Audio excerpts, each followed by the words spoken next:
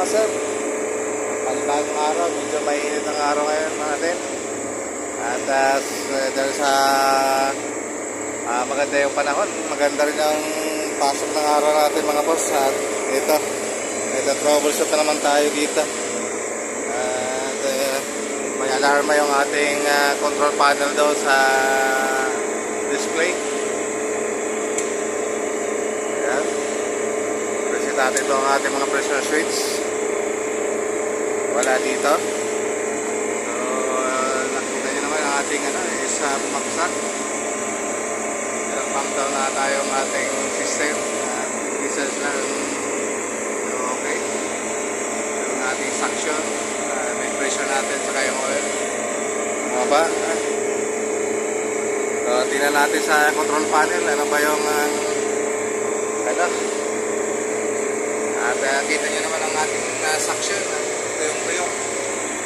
Sabihin dito umaandar. Pero yung ibang mga kasama, nakita nyo naman, nag-yellow na. So ito pala ay para sa pang blast freezer natin na compressor. Isang blast freezer mga boss ay para ma-inform lang kayo. 4 na compressor po ang naka-built-in dito. Dito sa design na to. So 4 na 30 horsepower ang naka-built-in. Isang blast freezer na 5 tons ang capacity. So hindi naman masyadong critical pag isa lang yung nagdadaw na compressor kasi mayroon pa namang 3 yung matter na compressor. Pero kailangan natin may troubleshoot din para mapabilis din yung ating blasting time kasi haba kaunti yung ating blasting time. Wasted na 4 hours yung ating blasting time. So magdadagdag siya ng mga kalahating oras hanggang isang oras na blasting time. So magiging 5 hours. So depende pa yon kung regular or marinated yung salang. Pagka regular 4 to 5 hours. Kung marinated ang karga, medyo mas mahaba yung blasting time. So kailangan mapandar din natin. Although hindi nga siya critical dahil may backup naman siyang 3 compressor pa naman yung umaandar, pero kailangan pa rin mapaandar natin, matching natin para hindi masyadong umaba yung kanyang blasting time, para makuha pa rin natin yung 4 hours na blasting time. So yan mga boss, check nga natin yung pressure switch. So yung high and low, yung oil pressure. So wala naman, hindi naman siya nag-trigger. So tingnan natin yung ating control panel. Tingnan natin kung may indicate na fault dito sa ating control. So ayan mga boss, so meron niyang fault at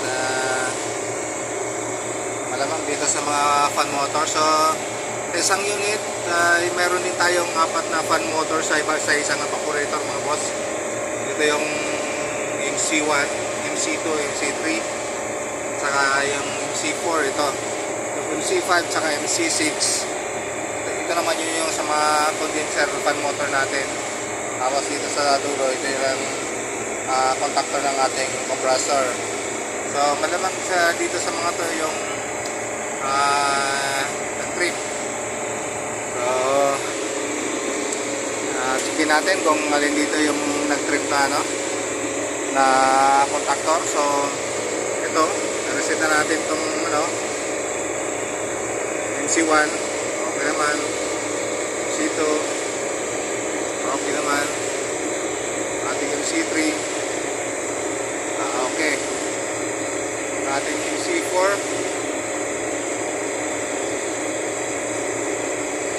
yun. So may problema yung ating MC4 na ang ating MC4 na overload.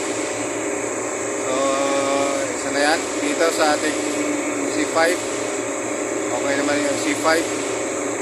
Yung ating MC6, okay naman. So ang may problema itong MC4 natin. So may problema yung ating MC4 at ito yung nag-create ng fault. So kailangan natin dito baba natin yung main breaker nito Ito yung supply ng ito yung pinaka main breaker. Ang supply nito ay 440. Then yung kanyang auxiliary supply, yun maliit na breaker, yun yung 220. Yun yung nagsusupply naman doon sa ating mga relay, sa ating timer.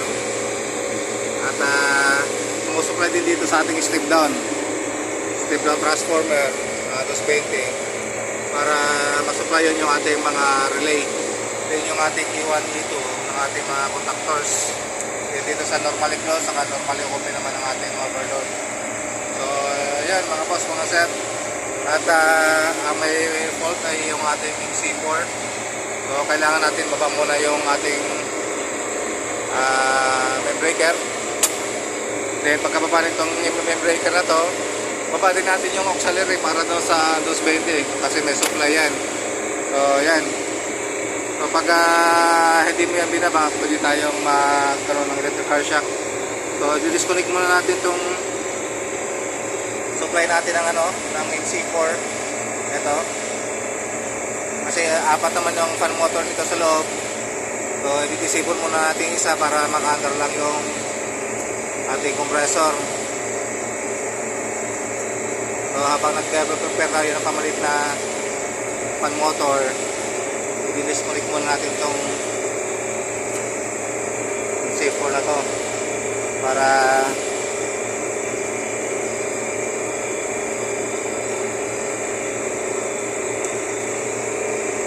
mapandar natin yung ating unit.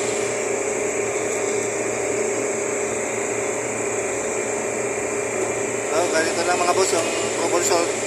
Pero pag hindi mo kabisado, mahirapan po tayo. So ito. So balik ulit natin para yung ating unit ay mapandar natin.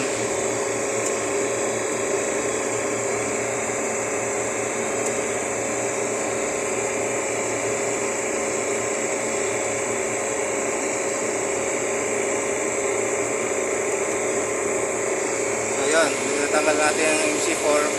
Sabi dito sa linya na to, may problema yung ating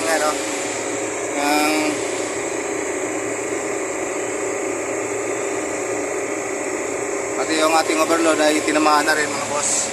Hindi na siya bumabalik. Tinamaan yung ating overload. So tama na yung ating overload. Then check muna natin ulit yung ating ng ating motor kung may continuity.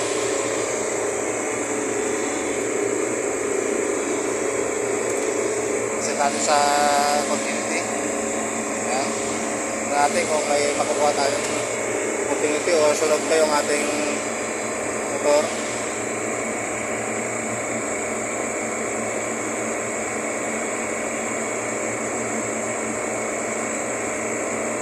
So dito mga boss, yan. Medyo kailanganin na yung motor natin. Kaya wala na siyang reading. Ayan. Meron pa isang linya. Meron pa rin. So problema natin ay yung ating overload. Yung overload ng ating fan motor ang problema. So subukan natin yun ulit. Tingnan natin kung andar yung ating makina.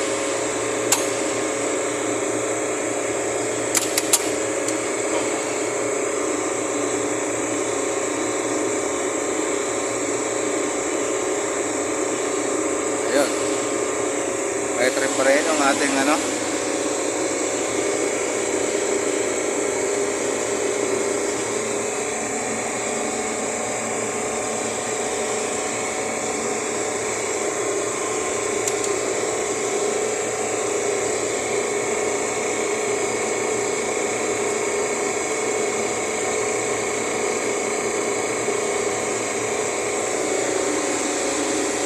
problema nga yung ating contactor. Yung contactor natin ay tinamaan din. At ito yung ating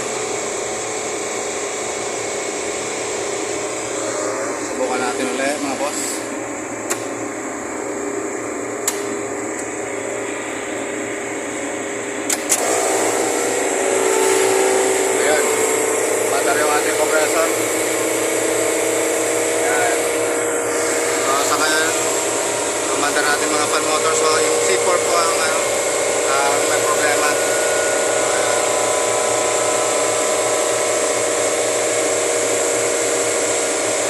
Kaya po yung ating C4. So hanggang dito po muna mga boss. At yun, umandar na yung ating compressor.